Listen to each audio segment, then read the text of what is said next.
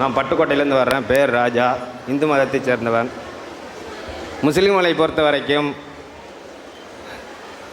இந்த உலக வாழ்க்கை என்பது சொர்க்கம் செல்வதற்கான வழிகளை இறைவன் தந்திருக்கிறான். அப்படி இருக்கையில் உங்களை மாதிரி ஒரு மத போதகர், ஷேக் ஜலால் என்ற மத போதகர் சொல்கின்ற வழியில் சென்றால் சொர்க்கம் செல்லலாமா? கந்தூரி, சந்தனக்கூடு, தர்கா வழிபாடுகளை சென்றால் சொர்க்கம் செல்லலாமா? அதாவது அவர் என்ன கேட்குறாருன்னா, இப்போ இஸ்லாத்தின் பேரால் இதெல்லாம் செய்யணும், இதெல்லாம் செய்யக்கூடாதுன்னு நம்ம சில காரியங்களை சொல்கிறோம். முஸ்லீம்கள்லேயே சில பேர் இதுக்கு மாற்றமாக சொல்லக்கூடியவங்களும் இருக்கிறாங்க.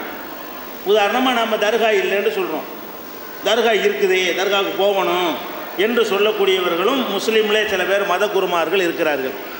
அதே மாதிரி தாயத்து, தட்டு, பில்லி, மந்திரம், மாயம் ஏமாத்துறாங்கன்னு சொல்கிறோம்ல, அப்படிலாம் செய்யலாம்னு சொல்லக்கூடியவர்களும் என்ன இருக்கிறாங்க, சில பேர் இருக்கிறாங்க. அப்போ எல்லோரும் இப்படி நீங்கள் இஸ்லாத்தின் பேரால் ரெண்டையும் சொல்லும்போது நாங்கள் எதை ஏற்றுக்கிறது அப்படிங்கிறாங்க.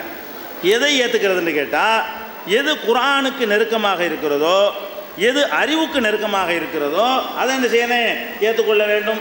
எங்கள் மதத்திலேயே இந்த தாயத்து, தட்டு, பில்லிலாம் போடுறான் இல்லையா, அவன்கிட்ட போய் நாங்கள் டெஸ்ட் பண்ணுவோமே. நீங்கள் டெஸ்ட் பண்ணி பாருங்கள்.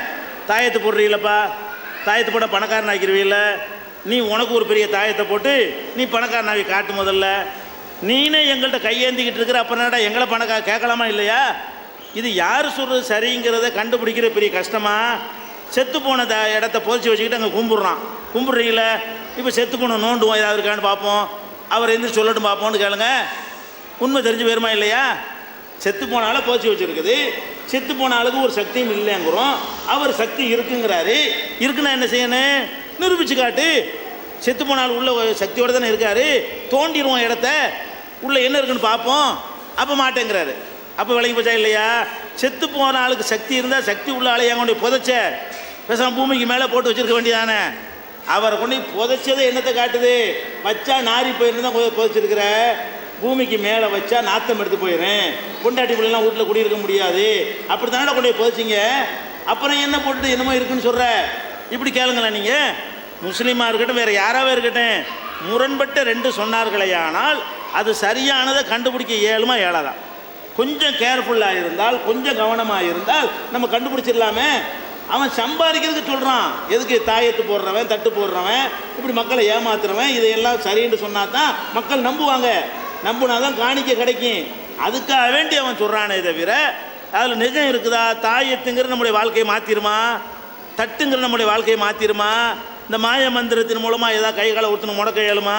அப்படி ஏழும்னு சொன்னால் நாங்கள் அவங்கள்ட்ட கேட்குறோம். யார் நமக்கு மாற்று கருத்து சொல்கிறாங்களே அவங்கள்ட்ட கேட்குறோம், என்னைய முடக்கும். முதல்ல நான் 30 வருஷமாக உன்னை இல்லைன்னு திட்டிக்கிட்டு தானே இருக்கிறேன். உன் வயிற்றில் மண் அடிக்கிறேனா இல்லையா? நீ கை காலை முடக்கிறான் என்ன பண்ணனே, நீ என்னையும் முடக்கி காட்டு பார்ப்போம். உன் மந்திரத்தை செஞ்சு என்னை பேச முடியாமல் ஆக்கு பார்ப்போம். முடியலையே. அப்போ நீ யாரையும் அவனை பண்ணுற இவனை பண்ணுறேன்னு சொல்கிறியப்பா, என்னையும் போதை பண்ணி காட்டு. நான் தான் தயாருங்கிறேனே.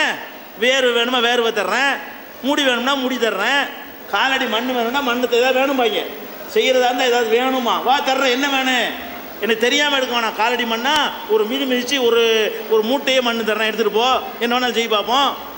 அப்போ நம்ம இந்த மாதிரி பல சவால்கள் விட்டு கூட அவங்க செய்யலை என்று சொன்னால் அது பொய்யின்னு வழங்கலையா? இப்படி நீங்கள் வழங்கி கொள்ளலாம். ரெண்டு கூட்டம் இருக்கத்தான் செய்வார்கள். எது சரி எது தவறுங்கிறதுக்கு உங்கள் அறிவோடு கொஞ்சம் மிக்ஸ் பண்ணிட்டு சிந்திச்சீர்களே, ஆனால் கரெக்டானது எதுன்னு கண்டுபிடிச்சிக்கலாம்.